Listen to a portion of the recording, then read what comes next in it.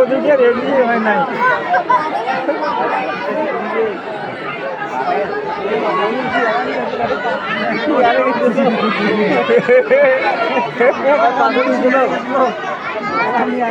Ready হয়নি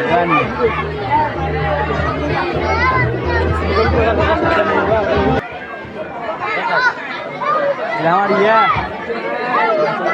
উজ্জ্বল हाँ काय होता उचल दा देखो ये ओए नहीं ये भी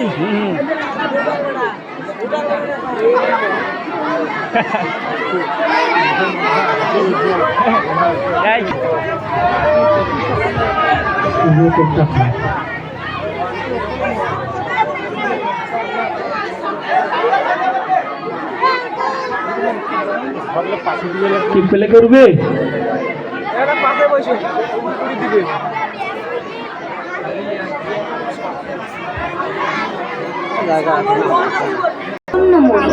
তবে মায়ের হাতে মুন্ড কেন? সেটা যে পাপকে ধ্বংস করার এক প্রতীক বাবা। পাপ? সেটা কি? পাপ তবে তোমায় এক দুষ্ট দানবের গল্প শোনায়। তার নাম রক্তবীজ।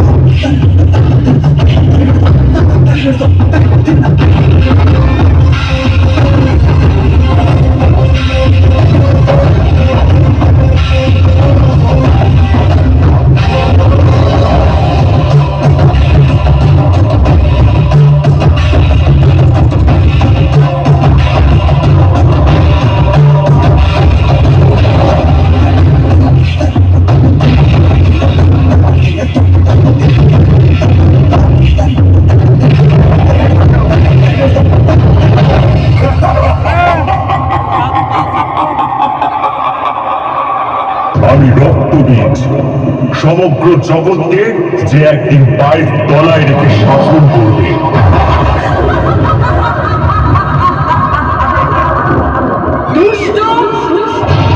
তোর ইচ্ছে কখনো পূরণ হবে না।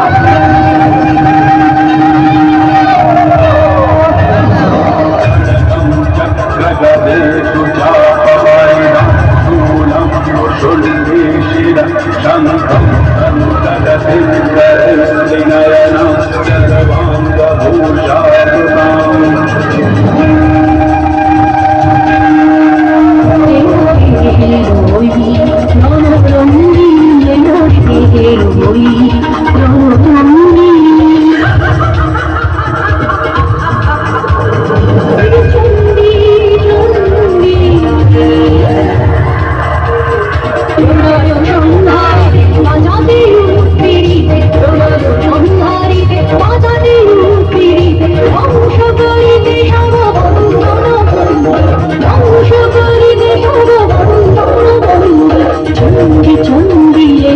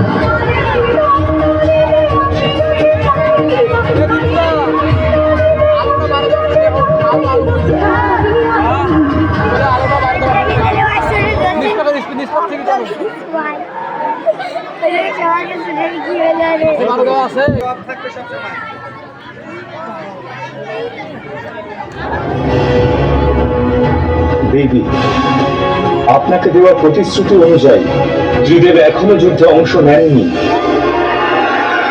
কিন্তু এবার আপনাকে অনুরোধ করছি আমাদের প্রতিশ্রুতি মুক্ত করুন, কারণ ত্রিদেবও এবার এই যুদ্ধে অংশ নিতে চান। না মহাদেব, চন্ড, মুন্ড, শুম্ভ নিশুম্ভ আর তাদের অসস্যে না এটাই ভাবে যে নারীরা দুর্বল, তারা অবলা, অসহায়। নিজেদের এই তুচ্ছ আর নিচু ভাবনার কারণে তারা স্ত্রীলোকের অপমান করে তাদের তিরস্কার করে, আর সেই কারণে এই যুদ্ধ এক নারী সমাপ্ত করবে। আপনারা সবাই সরে দাঁড়ান মহাদেব, কারণ আজ এই মহাকালী শুধু অসুরদের সঙ্গে নয়, তার সঙ্গে তাদের এই সংকীর্ণ মানসিকতার সঙ্গে লড়বে।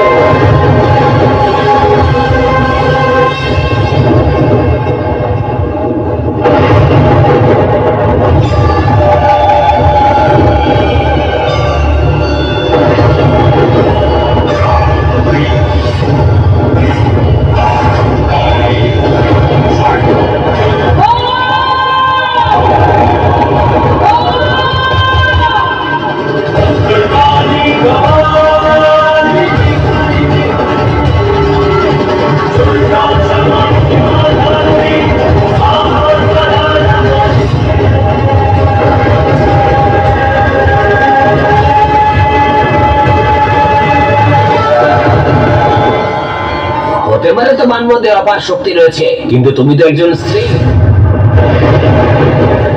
তুমি চন্ডমুন্ডকে পরাজিত করতে পারবে না। তোমার স্থান রণক্ষেত্রে নয়, তোমার সংহার নয়, শৃঙ্গার শোভা দেয়। তোমার মুখ থেকে এই কালি সরাও আর সাজগোজ করে এসো। একজন নারীর কাজ হলো পুরুষকে সন্তুষ্ট করা। এই যুদ্ধ তোমার জন্য নয় নারী, তুমি একজন স্ত্রী আর তোমার নিজের মর্যাদার মধ্যেই থাকা উচিত।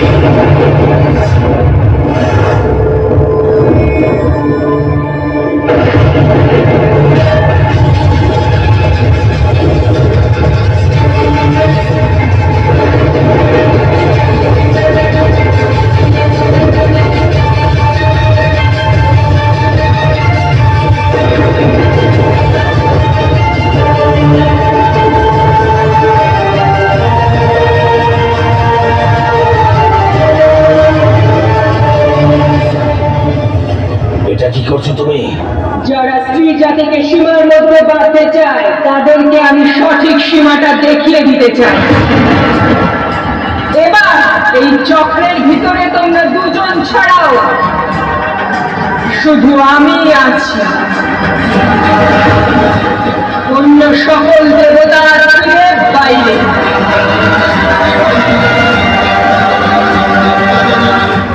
আর আমার আজ্ঞা ছাড়া এই চক্রের ভিতরে কেউ আসতে পারবে না। যদি আজ আমাকে হারিয়ে তোমরা দুজন এই চক্র থেকে বাইরে বেরোতে পারো তবেই তোমরা জীবিত থাকবে, অন্যথায় আমার হাতেই আজ তোমাদের সংহার নিশ্চিত।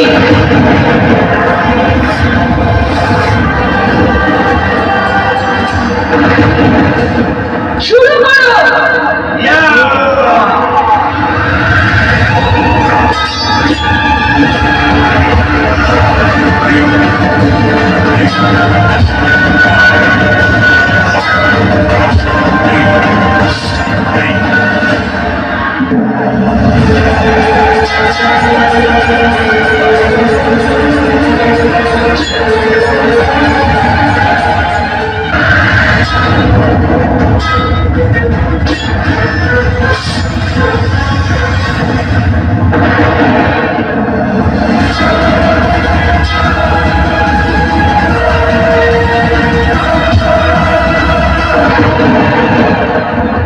নারীকে সীমার মধ্যে থাকার উপদেশ দিচ্ছিলে না?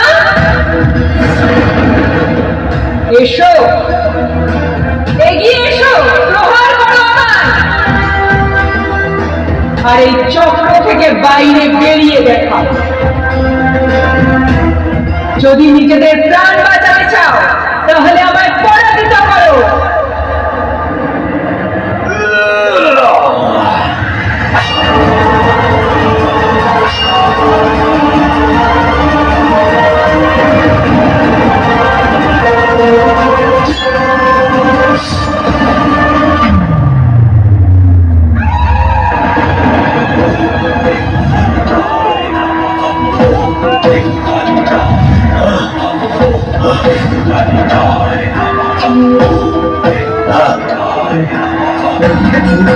মুন্ডু, মুন্ডু, আমাদের এই মুহূর্তে এখান থেকে পালাতে হবে।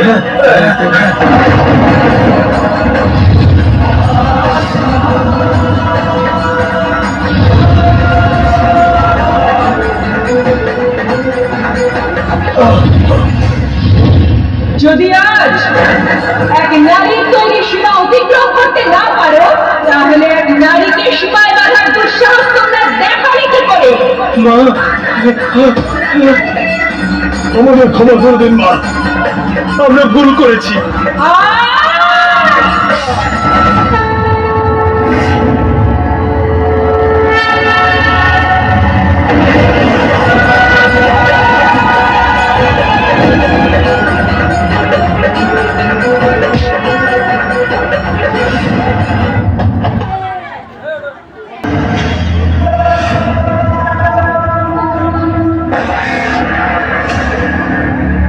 এ তো চন্ড আর মুন্ডের মস্তকহীন ধর। না নিশুম্ভ, এটা সত্য হতে পারে না, কোনোদিনও নয়। সত্যকে এভাবে অস্বীকার করলে সত্য অসত্য হয়ে যায় না শুম্ভ?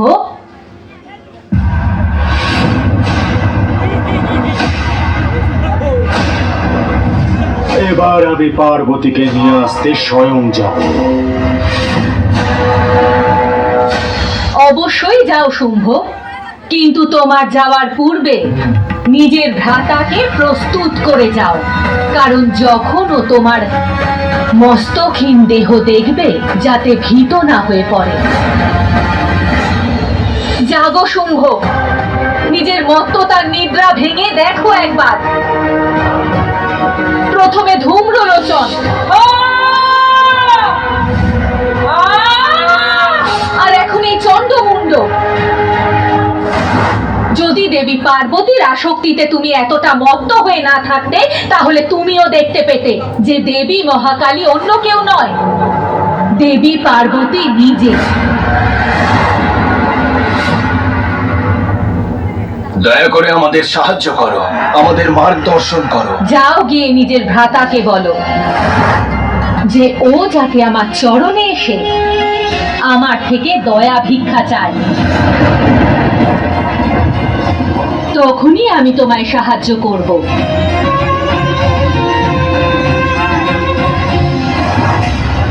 ভ্রাতা, ভ্রাতা, আমাদের কাছে আর অন্য কোনো পথ খোলা নেই। দয়া করে মাতার কথা মেনে নাও।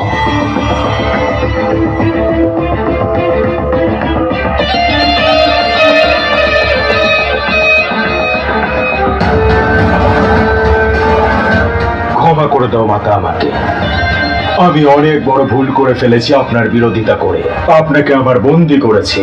এবার বলো বলো এই যুদ্ধ আমি কিভাবে জিতবো? আমি তো শুধু তোমায় তোমার সঠিক স্থান দেখাতে চেয়েছি, যাতে তুমি আমার চরণতলে বসে আমার থেকে ক্ষমা ভিক্ষা চাইতে পারো।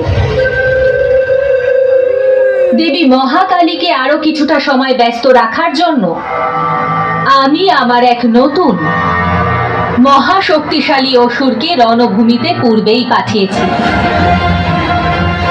এখন চলো আমার সঙ্গে, কারণ সময় এসে গেছে যে আমরা দেবী মহাকালীর বিরুদ্ধে আমাদের সব থেকে শক্তিশালী প্রহারটা করি। রক্তবীজ।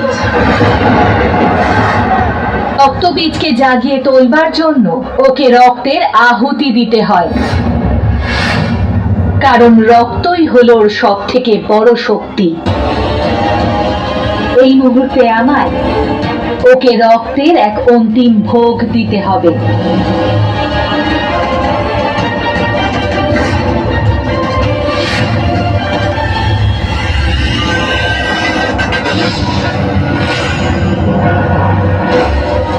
জাগো জাগো রক্তবীজ, জাগো।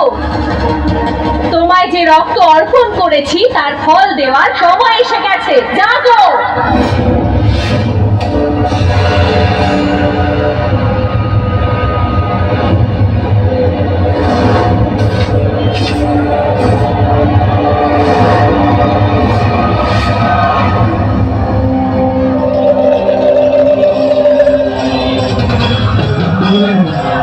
প্রণাম মাতা।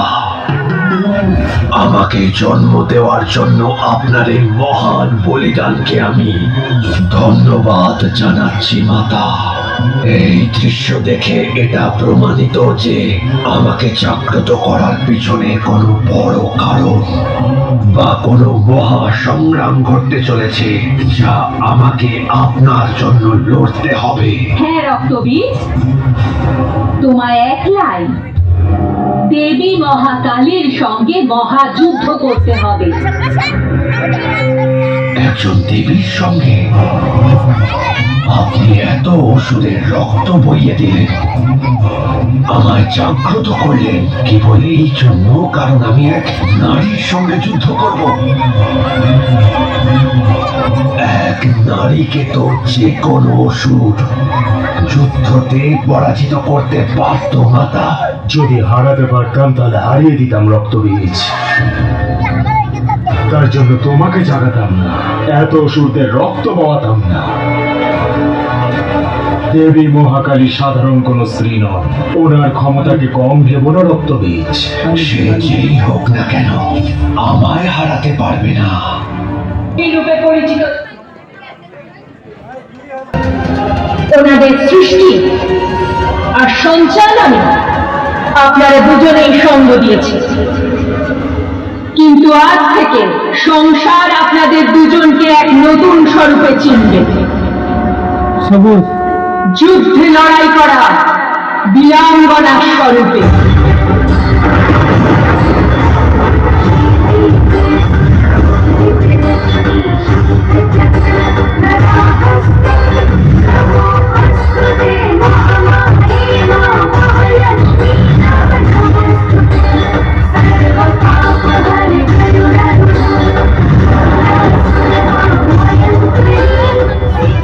দেবী লক্ষ্মী আপনার এই স্বরূপকে সংসার আজ থেকে নারায়ণী রূপে জানবে,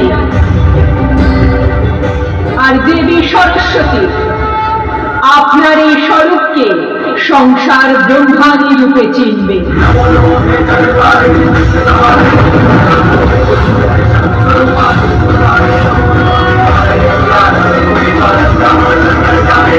চলো সারা সংসারকে দেখাও যখন সৃজন আর সংরক্ষণকারী স্ত্রী শক্তি রৌদ্র রূপ ধারণ করে তখন শুধু বিনাশী হয়।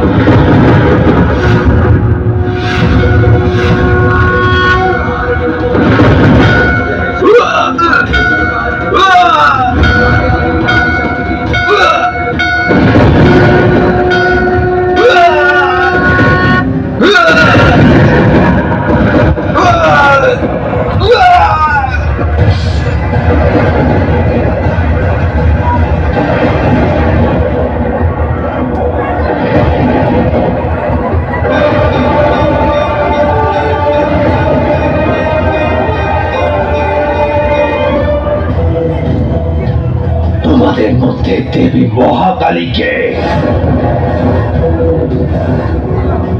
আমি এখানে শুধুই তার সঙ্গে লড়তে এসেছি। শত্রুকে না জেনেই রণভূমিতে চলে আসা যোদ্ধা, অর্ধেক যুদ্ধ তো এখানেই তুমি হেরে গেছো। তাহলে তুমি হলে দেবী মহাকালী। ওরা আমায় তোমার বিষয়ে সঠিক কথাই বলেছে। তুমি কোনো সাধারণ নারী নয়।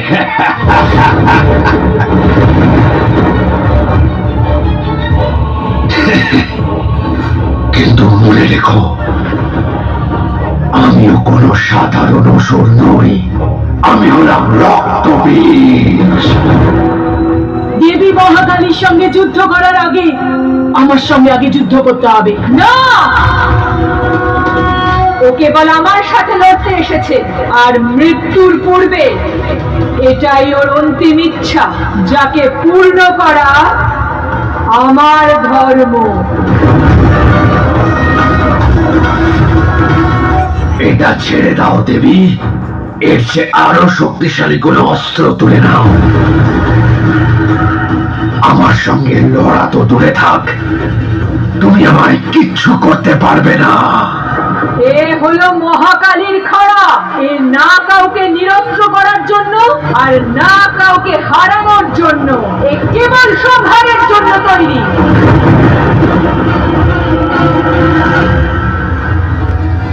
তার সম্পূর্ণ অস্তিত্ব নাশ করার জন্য তৈরি হয়েছে এই খড়া, যা এবার তোমার উপর প্রয়োগ করা হবে রক্তবীজ।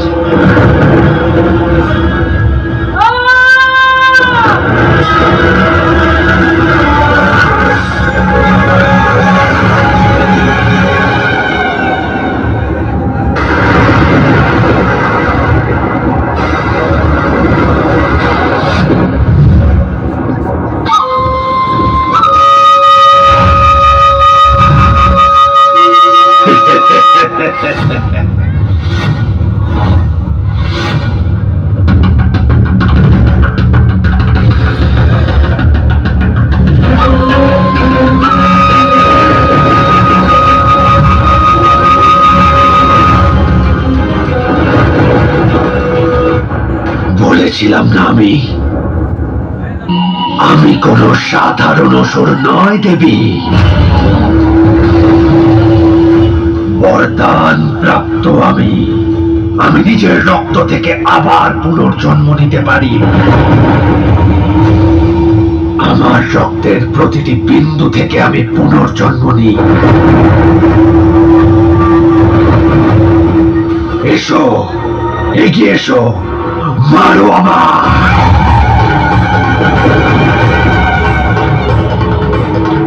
কিন্তু মনে থাকে যেন আমার রক্তের একটিও বিন্দু ধরণীতে যেন না পড়ে। রক্তবীজের রক্তের একটা ফোঁটাও এবার মহাকালী কোনোভাবেই মাটিতে পড়তে দেবে না।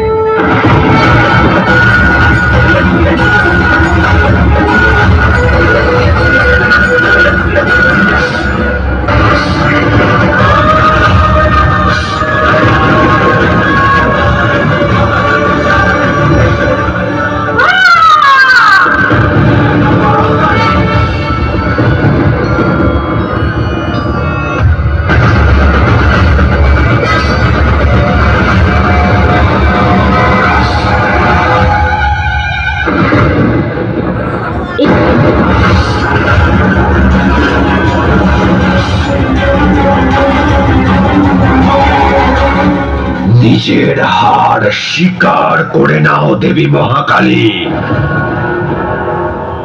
আত্মসমর্পণ। আমি সর্বশক্তিমান আর তুমি নেহাতি এক অবলা নারী।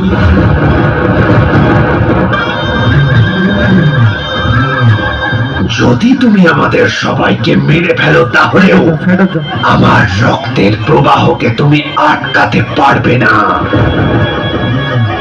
আমার রক্তের বিন্দু পৃথিবীতে পড়লেই তখনই রক্তবীজের এক নতুন সেনা পুনঃ জন্ম নেবে।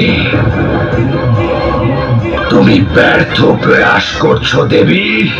যে প্রয়াস তুমি করতে চাইছো সেটা এক নারীর পক্ষে অসম্ভব। এখনো পর্যন্ত তুমি স্ত্রী শক্তিকে বুঝে উঠতে পারোনি। নারী অবলা নয়। নারীর মধ্যে এমন শক্তি থাকে যার রক্ত থেকে সে নতুন জীবনের জন্ম দেয়, নিজের সন্তানকে সৃষ্টি করে। আর সেই শক্তিও আছে যাতে তোর মতো সশস্ত্র রক্তবীজের সংহারও করতে পারে আর তার রক্তকে বন্ধ করতে পারে।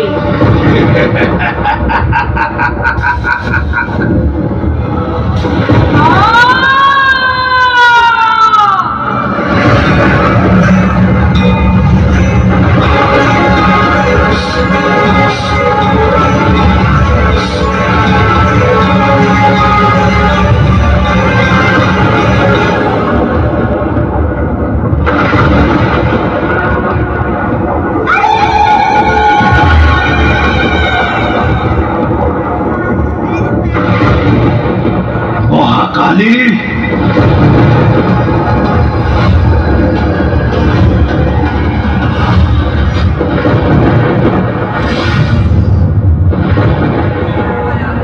এবার আমি বুঝেছি যে তুমি অন্য দেবতা দেবীদের থেকে কেন এত ভিন্ন। যখন অন্য দেবী দেবতারা যুদ্ধক্ষেত্রে নামে তারা তাদের শত্রুদের হারানোর মানসিকতা নিয়ে নামে, কিন্তু যখন তুমি যুদ্ধক্ষেত্রে নামো তখন শুধু শত্রুদের সংহার করার মানসিকতা নিয়ে নামো। কিন্তু এবার তোমার এই মৃত্যু তাণ্ডব সমাপ্ত হবে। এই রক্তবীজ তোমাকে পরাজিত করবে আর দেখাবে এই পৃথিবীকে কখনো কোনো নারী পুরুষের সমকক্ষ হতে পারে না। নারীর শক্তি পুরুষের থেকে অধিক হতে পারে না।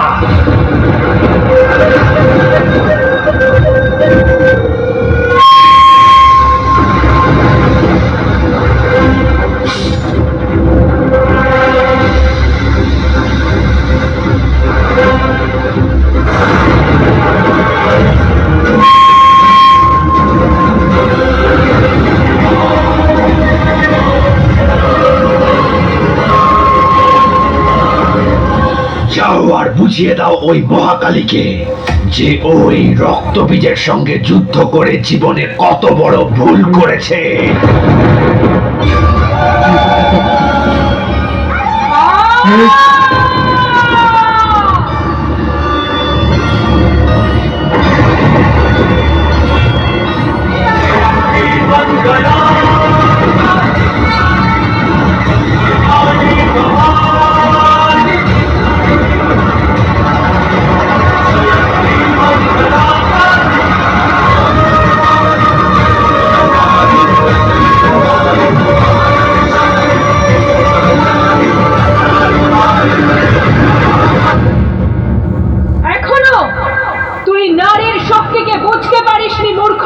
কিন্তু এটা বুঝে নে, যখন মহাকালী রণভূমিতে নামে তখন কেবল সংহারই করে। আর এবার সময় এসে গেছে তোর প্রাণকে তোর দেহ থেকে বের করে আনার। এবার আমি তোকে আর তোর অহংকারকে নষ্ট করে দেব রক্তবীজ।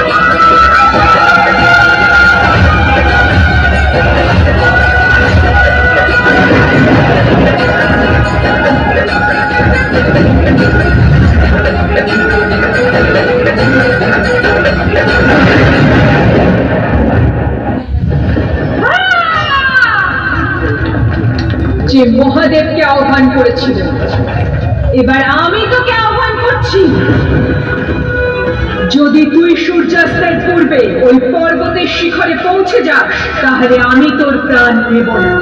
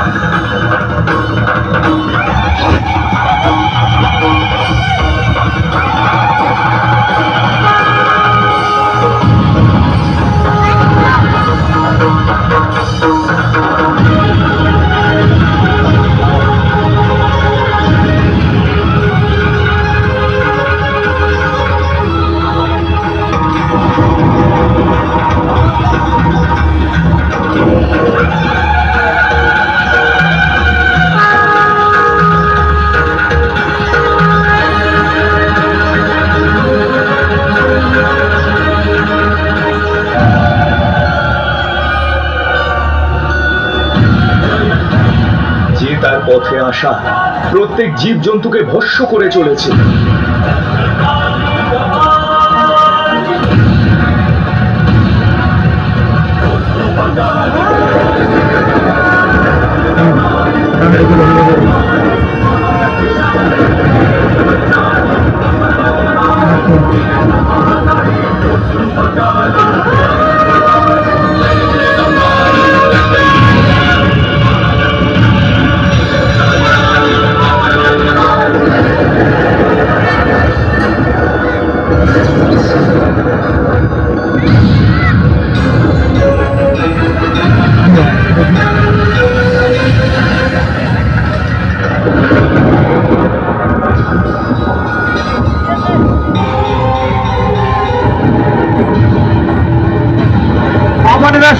অনুমতি দিবেন সকলেই। হরে কৃষ্ণ মা বোনেরা, হরে কৃষ্ণ।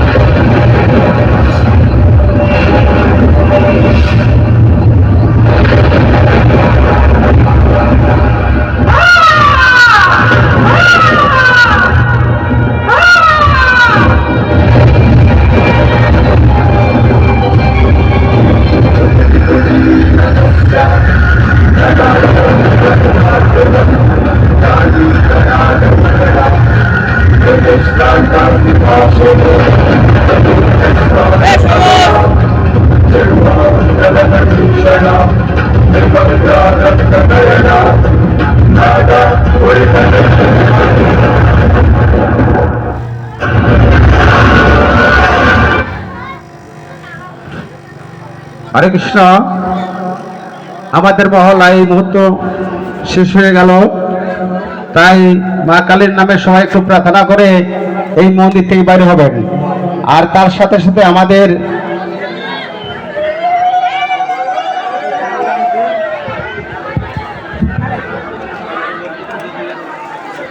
সকলেই প্রার্থনা করে এই মন্দির থেকে বাইরে হবেন। হরে কৃষ্ণ মা বোনেরা।